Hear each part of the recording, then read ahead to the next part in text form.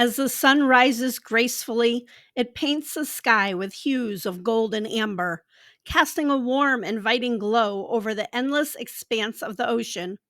Waves dance gently, their crests shimmering in the golden light. Today we are talking about Litha, the arrival of the summer solstice, a time when nature is in full bloom and the sun's energy is at its peak. Join me in celebrating this longest day of the year. So many names to describe this magical time: the longest day of the year and the last day of the Oak King's reign. During the summer solstice, the Oak King and the Holly King fight to see if darkness overcomes light. As it must, during Litha, the Holly King wins this age old battle, and our days begin to grow shorter. This battle will happen again during the winter solstice when the Oak King conquers the Holly King and the days begin to lengthen. He will reign until the summer solstice. Litha is all about celebrating the power of the sun and its life giving energy. The ancients gave thanks during this summer festival for the sun and their growing crops. Litha represents the balance between light and dark, marking the cycle when days in the Northern Hemisphere begin to shorten. Hi, I'm Amy, and welcome to my channel where we talk about pagan pasts, witchcraft, and spirit animals. Catherine and I just released the latest book in our guides for witchy families, Litha. We feel there is just not enough information out there for pagan families and pagan parenting. You can find book links in the description. At the summer solstice, sheep and cattle are enjoying lush pastures. Humans were gathering plants. Foraging can bring us closer to our ancestral roots. Gathering food for a meal brings a deep sense of satisfaction. Make sure to gather sustainably, though.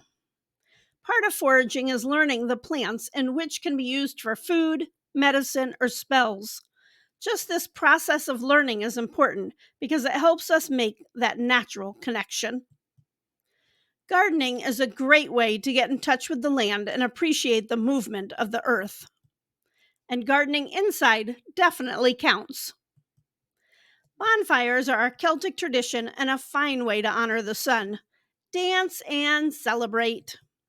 Music is a great way to get in touch with your inner god or goddess. Chant, sing, dance, or play an instrument. Just get your body moving. However, you may live where a bonfire is not feasible or is considered unsafe. That's okay. You can tone it down a bit and the gods will understand. A fire pit or a grill will suffice, or even an outdoor picnic. What better way to honor the sun gods and goddesses than to take a hike? Get out in nature and appreciate all that Mother Earth gives us. This should be a slow hike, no rush to get from point A to point B. Take your time and savor the moment.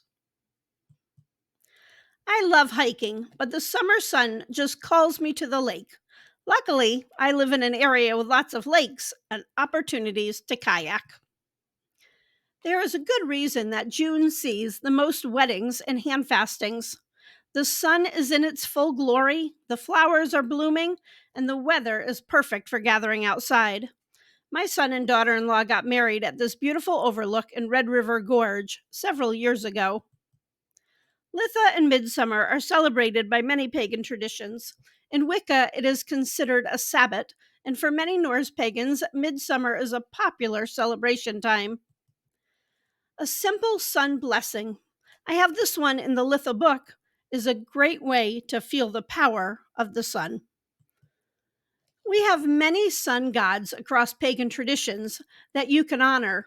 I personally feel very close to the Egyptian deities.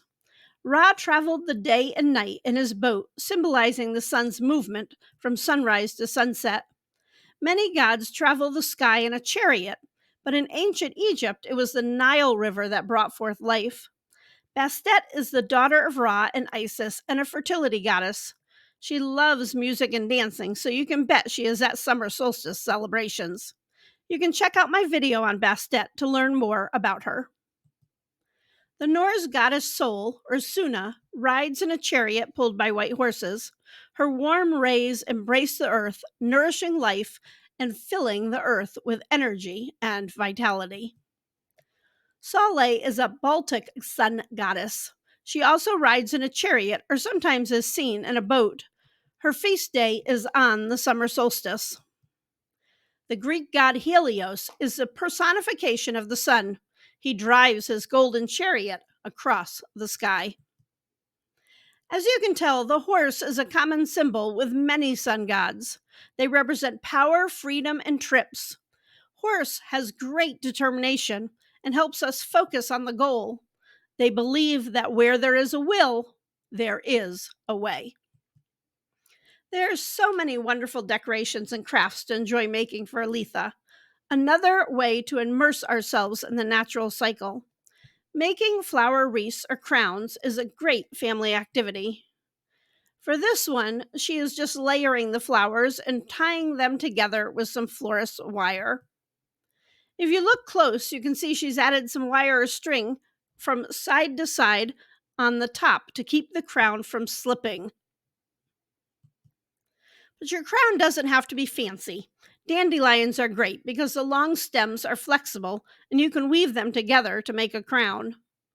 Ra's boat floats across the sky, but your boat can float on water. Paper boats are a fun activity, and you can even weave in a bit of science about what makes things float or sink. Here is a list of Litha correspondences. You can pause the video and read it, or it is also in my Litha article on the website that I'll link below. You can use the correspondences to make an altar full of things to represent the solstice. The summer solstice represents abundance and good fortune. We often talk about the goddess Fortuna during this time. You can make an herbal abundance charm. Basil, mint, chamomile, and sage are all good for abundance and good fortune. I wish you a beautiful, blessed Litha and lots of time with friends and family. Enjoy this longest day of the year. Thank you for watching and have a very witchy day.